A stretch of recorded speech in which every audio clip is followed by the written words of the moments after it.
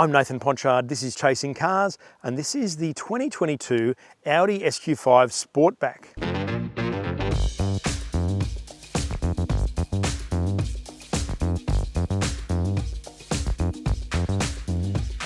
Now Audi says the Q5 Sportback has been several years in the making, but given that the current generation Q5 came out in 2017 and it's now nearly 2022, I would suggest that the Sportback version of this car may have been after the fact rather than holistically with the design as with the Q3 Sportback and the Audi e-tron. Now the Audi e-tron Sportback version is actually outselling the wagon in Australia, whereas the Q3 Sportback is dead even with the wagon, so 50% of the volume. So it kind of makes sense commercially to do a Sportback version of the Q5, which has long been Audi's best-selling SUV, but is currently second behind the Q3. So what you're looking at here is apparently from scratch, but I think that it's been developed later on in the model's life, as we shall see when we get round the back. At the front of this SQ5 here, it is kind of as per the facelifted SQ5 wagon that appeared earlier in 2021. So we have the latest generation of Audi's Matrix LED headlights with specific S signature in them. Look, it doesn't matter what it looks like, they always look cool on an Audi, and these ones look particularly cool. Like the Q3 Sportback, this Q5 Sportback or SQ5 has this honeycomb grille here, which looks really good. They made a big point about having the camera embedded very closely into the grille here, so you can't really see that much kind of sensor crap going on. The cameras down here and another one on that side, plus the parking sensors, are all embedded pretty nicely in this SQ5. And this one also has an $1,100 black pack, which makes the grille and these inserts and a whole bunch of other stuff, the mirror caps, all black, which is personally my option, but then the matte aluminium ones don't look that bad either. I'd still pay $1,100. One thing you don't have to pay extra for though are these Audi Sport 5-spoke V-spoke 21-inch alloys. The standard ones are in a matte grey with like a sort of a pattern finish on the outside, whereas these are partly polished and anthracite black underneath. They're actually the same ones as worn by the blue Q5 we also filmed today, but behind these are 370mm discs, which are as per the RS5 with 6-piston calipers with these cool red calipers. So there's more going on behind the wheel, but they are nice wheels. They do have Pirelli P0 tyres too, which are really good quality and great, as we shall discover when we drive it. Now, where I wanted to point out the parts of the Q5 or SQ5 Sportback being similar to the wagon is that Audi said all the changes are from the B-pillar back.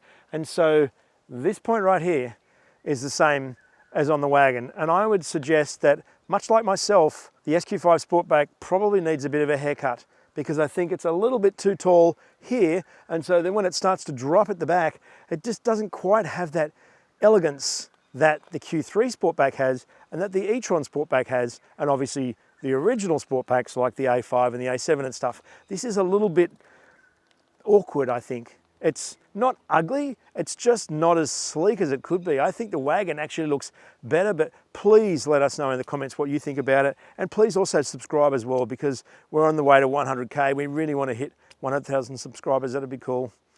Cooler than maybe this.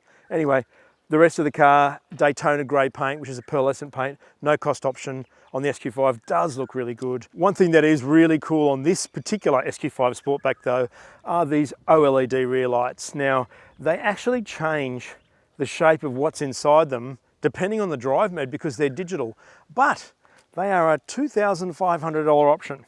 And this one also has adaptive air suspension sport, which is only $2,250. So the lights cost more than the fancy air suspension, which is rather startling. At the back here, the black pack also gets this little black panel through here. It also has black down here. And while this has signature S-badged quad tailpipes, they actually have nothing in them. They just have a chock in them. They're just there for garnish, which is slightly unusual. It does have an electric tailgate though. And inside here, we have a 500-litre boot, which is really good. We have a tie-down cargo net, and because we have the adaptive air suspension, we can also raise and lower it to a small extent, depending on what you need to get in the car. I suppose sitting at it, watching kids sport and stuff, you could have a better position by adjusting your seat. Love this polished section through here. It's really lovely.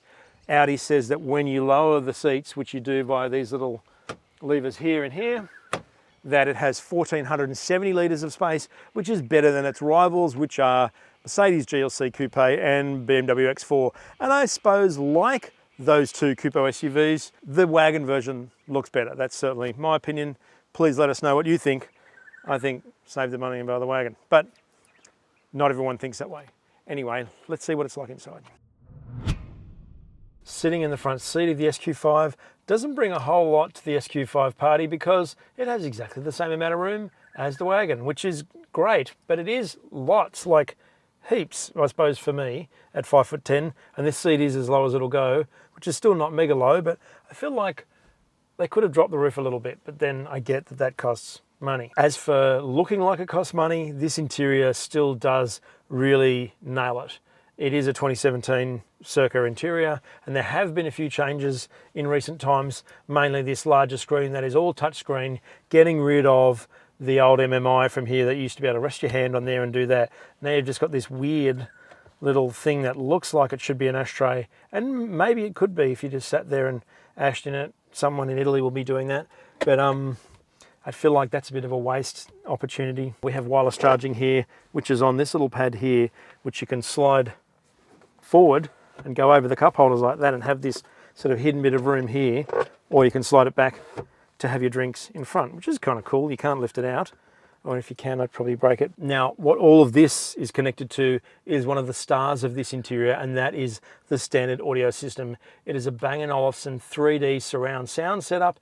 It has 19 speakers, including a subwoofer. It has a 16-channel amplifier, 755 watts, and little lights in the speakers in the front doors.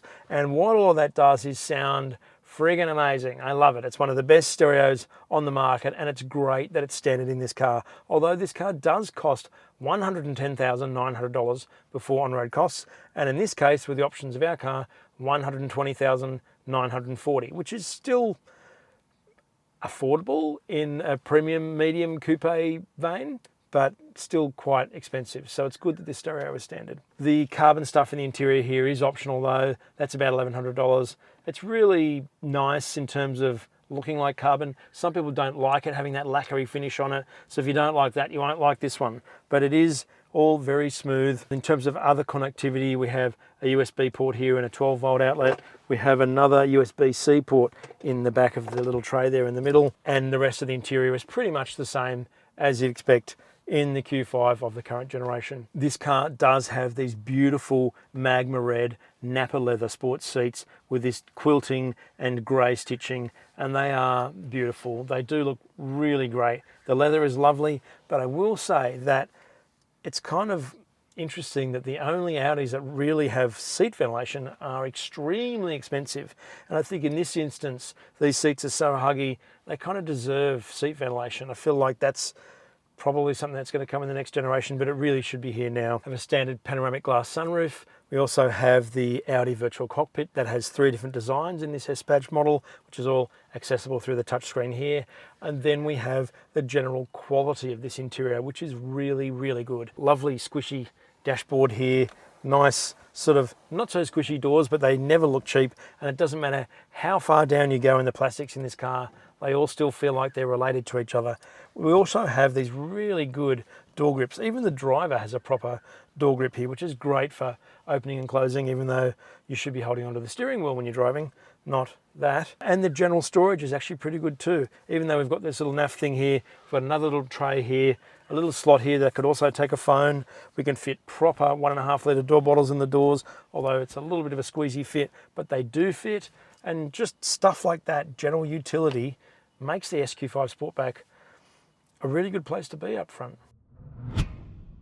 Sitting behind myself here, I still have plenty of room in the SQ5. I still have a lot of toe room here, even though I've got this seat as low as it'll go.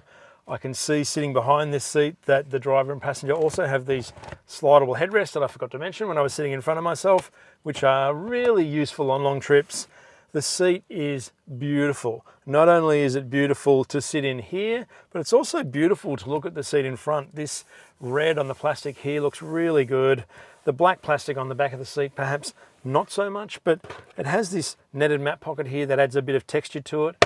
And this seat here, again, with that diamond quilting, Nappa leather and all that stuff. It was also on runners as well. It'll go from here, which is quite a way forward, to here. Not a huge amount of room, but enough to be able to expand the boot if you have to, or bring a child forward in the front. That adds an element of flexibility here. And we also have a 3-position backrest, so I can go back to there, which is not very far, but you know, like in terms of matching the comfort from the front in the back, this seat is excellent, really. What you do lose compared to the wagon though is 16 millimeters of headroom. So this is a little bit lower than in the wagon, but it's still okay for me. I reckon if you were about 180 centimeters, you could comfortably sit in here, but where you comfortably could not sit is here. It's pretty awful. The base of it is really only for probably someone in a baby seat, although I think Isofix is only for the out two. Yep, it is. And this backrest is awful. All it's here for is to hold the armrest in place, which is nice and wide, but it does have these little pop-out cup holders here, which are a little bit cheap. Do feel a little bit sub-Audi, but the rest of it, listen to that. It's the sound of quality. It's lovely. And we have the same awesome door grips as in the front, with this sort of Alcantara-ish padded paneling in the back here, and the doors, albeit this water being quite small, they will take a full 1.5 litre bottle as well. So there's utility going on here too. You also get a pair of charge ports that just say charge only, which is a no-brainer, plus a 12-volt outlet. You have temperature control here and digital for these two little air vents here. It just all adds an element of polish to the SQ5 Sportback. I should also point out that even though the carpet is absolutely delicious and the floor mats look quite nice, this center tunnel has to be one of the highest center tunnels I've seen in a long time. So you really have to approach this medium SUV as a 4-seat only. It's not really a 5-seater. 4+1. The combined fuel consumption figure for the Audi SQ5 Sportback is 7.1 litres per 100 kilometres. However, we averaged 9.7 litres per 100 kilometres on this spirited launch drive, which is actually pretty good for a 3-litre diesel getting hammered. The servicing for the car is every 12 months or 15,000 kilometres, with the 5-year servicing total costing $3,170, which is only $30 more than what the 4-cylinder ones get. So another reason to pick the SQ5. The warranty for the car though is 3 years or unlimited kilometres, which as per other Audi models is not adequate for 2021-22. You should be lobbying for 5 years because that's what Volkswagen has and Audi's part of Volkswagen. So I would be doing that. It does have a paint warranty of 3 years. It also has a rust and corrosion warranty of 12 years, but that base warranty needs to be 5 years or unlimited. If you're familiar with Tom's video that he did earlier on in 2021 on the SQ5 wagon, then you should also be pretty familiar with what the Chasing Cars consensus of the SQ5 is, and that is that it's a really good, fast, premium medium SUV that also happens to be the best Q5. Now the Q5 has also been one of Audi's strongest selling models, and this model here I think is the best variant of Q5 they do. Whether you like the look of the Sportback or not is kind of neither here or there when you're in the driver's seat, because it drives the same as it does in a wagon form. Now this one here has that new generation engine that was in the wagon that we drove earlier on in the year. It's a heavily revised version of the old diesel. It's still 2967 cc's. It still has 251 kilowatts, but at 3,800 to 3,950 RPM, and it still has 700 Newton meters of torque at 1,750 to 3,250 RPM. But it has an electric compressor down low, like a little baby supercharger, to sort of bolster the bottom end, to mean that this has even less turbo lag or boost lag than it ever had in its life. It is really on its game. It's as per the technology that's in an SQ7, but now in an SQ5. It also is compatible with Euro 6D emissions, meaning this is also a super clean diesel, and it also has a mild hybrid system. So there's an element of sort of smooth silkiness in its idle stop system at low speeds and coasting and various bits and pieces. In fact, the way that it does all of that is really seamless.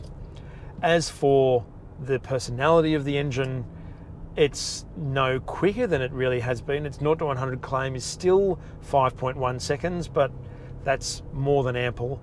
What is interesting about the engine though is that it is more refined than it's ever been. Admittedly, when you get in it and start it and you have it in individual mode like I had today, where I had the engine sound on pronounced, you can hear and feel a rumble underneath the SQ5 that's like slightly tractor-esque, but also kind of menacingly cool. You can play with the engine sound when you're in individual or by switching through the other drive modes, but even in auto, which is what we're in now, it's cruising along, we're doing like 1300 revs right now, and it's just burbling along in the distance. If you pulse the gear lever here into sport, it instantly brings a bit more rumble, so you can have that when you need to have the performance, or when you want it to go back to refined, you can do that. But when you've got it in the pronounced mode, I feel like there's an element of charm about the diesel sound, combined with the excellent performance of the 8-speed automatic, that makes this a really quite sophisticated and impressive performance drivetrain, even though it is a turbo diesel in an SUV. Now, the red line in the car is 4,800 RPM, but it will go just over 5,000 in first gear.